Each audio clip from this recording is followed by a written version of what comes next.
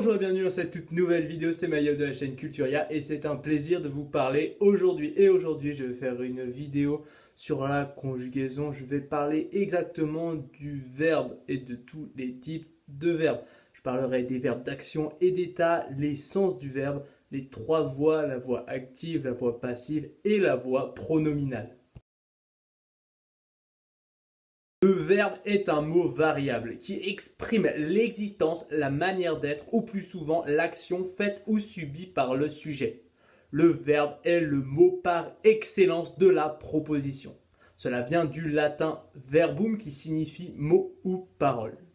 On peut distinguer les verbes d'action et les verbes d'état. Les verbes d'action expriment l'action faite ou subie par le sujet. Par exemple, il reçut ses amis avec gentillesse. C'est une action. Les verbes d'état expriment les divers états du sujet, état réel, apparent, durable ou autre.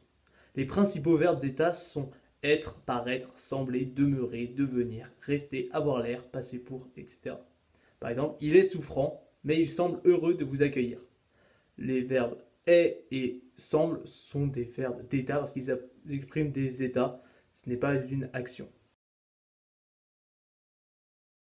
Un verbe peut avoir le sens transitif ou le sens intransitif. Un verbe est transitif quand il a un complément d'objet. Par exemple, les phrases « j'ouvre la porte, je sais que tu m'attends », là « je l'ai nuit aux récoltes » ont tous des compléments d'objet. On peut ensuite distinguer les verbes transitifs directs accompagnés d'un complément d'objet direct. Par exemple, il reprit son livre.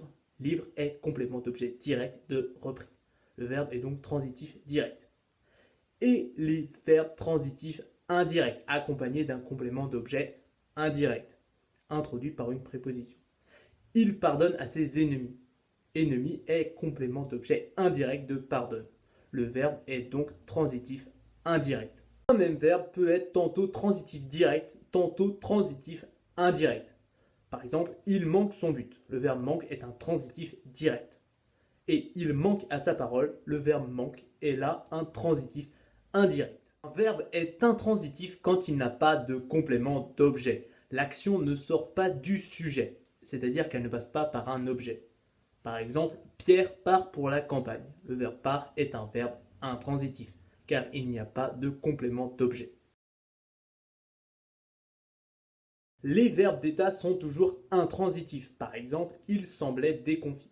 Le verbe semblait est un verbe intransitif, car déconfit est un attribut du sujet il et n'est donc pas un complément d'objet. Certains verbes habituellement transitifs peuvent être employés intransitivement. Par exemple, avec le verbe manger, dans la phrase « il mange un morceau de pain », le verbe manger est un verbe transitif.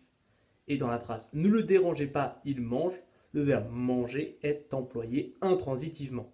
Les verbes marquant une évolution ou une modification, par exemple naître, croître, grossir, vieillir, mourir, pâlir, rougir, verdir, etc., sont intransitifs. Par exemple, cet arbre croît rapidement, il verdit. Ces deux verbes sont intransitifs car ils ne sont pas accompagnés d'un complément d'objet. Quelques verbes habituellement intransitifs peuvent être employés transitivement quand ils reçoivent comme complément d'objet un nom qui reprend l'idée du verbe. Par exemple, dans la phrase « il vit une vie misérable », vie est le complément d'objet du verbe vie. Et dans la phrase « dormez votre sommeil », le sommeil est le complément d'objet direct de dormir. Les verbes de mouvement, monter, descendre, entrer, sortir, etc. peuvent être transitifs ou intransitifs. Ils sont conjugués avec l'auxiliaire être quand ils sont intransitifs ou avec l'auxiliaire avoir quand ils sont transitifs. Par exemple, avec le verbe descendre, il est déjà descendu. Le verbe descendre est un verbe intransitif car il est conjugué avec l'auxiliaire être. Et dans la phrase « il a descendu les bagages », le verbe descendre est employé transitivement car il est accompagné de l'auxiliaire avoir.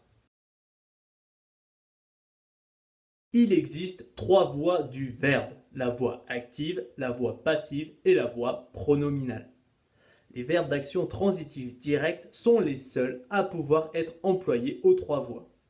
J'écoute à la voix active, Je suis écouté à la voix passive ou je m'écoute à la voix pronominale. Les verbes d'état et les verbes intransitifs n'existent qu'à la voix active. Et les verbes transitifs indirects n'ont en général pas de passif. La voix active est la voix la plus fréquente. Un verbe est à la voix active quand le sujet fait l'action ou se trouve dans l'état indiqué par le verbe. Par exemple, dans la phrase « L'enfant court dans la rue », l'enfant fait l'action, c'est l'enfant qui court. Un verbe est à la voix passive quand le sujet subit l'action indiquée par le verbe. Le verbe est alors conjugué à tous les temps avec l'auxiliaire être. Par exemple, son fils a été blessé par une pierre. Seul le verbe transitif direct peut passer de la voix active à la voix passive. Par exemple, Pierre me gêne, je suis gêné par Pierre. Pour construire la voix passive, le sujet du verbe actif devient le complément d'objet du verbe passif, tandis que le complément d'objet direct devient le sujet. Dans la voix active, la phrase « Le chat mange la souris » voilà, transformée en voix passive où la souris est mangée par le chat. Le chat, qui est le sujet dans la voix active, devient complément d'agent dans la voix passive, tandis que la souris, qui est le complément d'objet direct dans la voix active, devient le sujet dans la voix passive. Un verbe est à la voix pronominale quand le sujet est accompagné d'un pronom personnel réfléchi de la même personne que le sujet est placé avant le verbe. Tous les verbes pronominaux se conjuguent au temps composé avec l'auxiliaire être.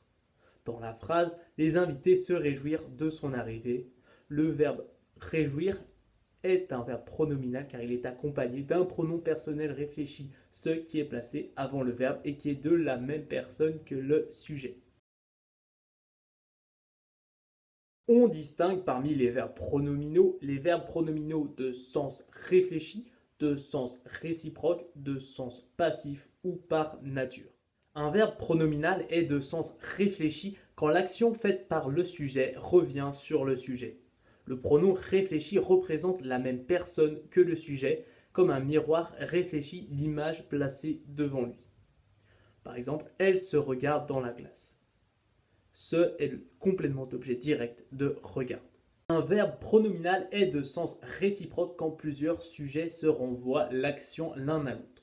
Par exemple, dans la phrase « Georges et Henri ne se battent jamais », le pronom « se » est le complément d'objet direct du verbe « battre ». Certains verbes peuvent être employés à la voix pronominale avec le sens passif.